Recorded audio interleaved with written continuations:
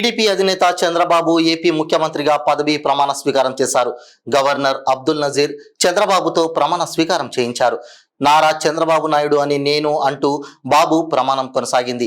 శాసనం ద్వారా నిర్మితమైన భారత రాజ్యాంగం పట్ల నిజమైన విశ్వాసం, విధేయత చూపుతానని, భారతదేశ సార్వభౌమాధికారాన్ని, సమగ్రతను కాపాడుతానని, ఆంధ్రప్రదేశ్ రాష్ట్ర ముఖ్యమంత్రిగా నా కర్తవ్యాలను శ్రద్ధతో, అంతఃకరణ శుద్ధితో నిర్వహిస్తానని, భయం కానీ, పక్షపాతం కానీ, రాగద్వేషాలు కానీ లేకుండా రాజ్యాంగాన్ని, శాసనాలను అనుసరించి ప్రజలందరికీ న్యాయం చేకూర్చుతానని దైవసాక్షిగా ప్రమాణం చేస్తున్నానంటూ ప్రమాణం ఆచరించారు.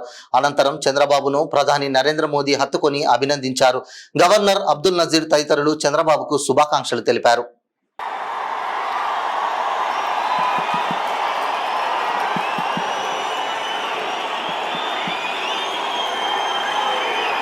నేను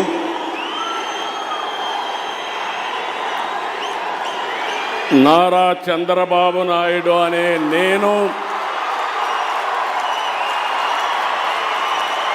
శాసనం ద్వారా నిర్మితమైన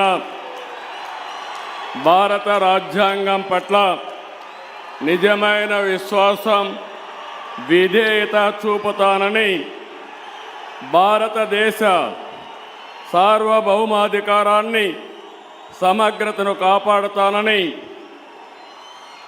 ఆంధ్రప్రదేశ్ రాష్ట్ర ముఖ్యమంత్రిగా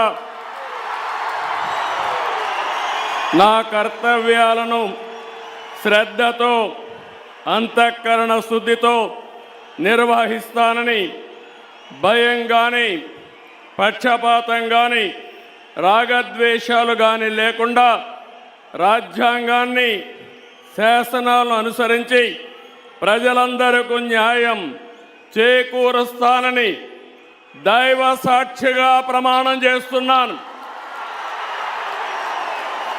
నేను నారా చంద్రబాబు నాయుడు అనే నేను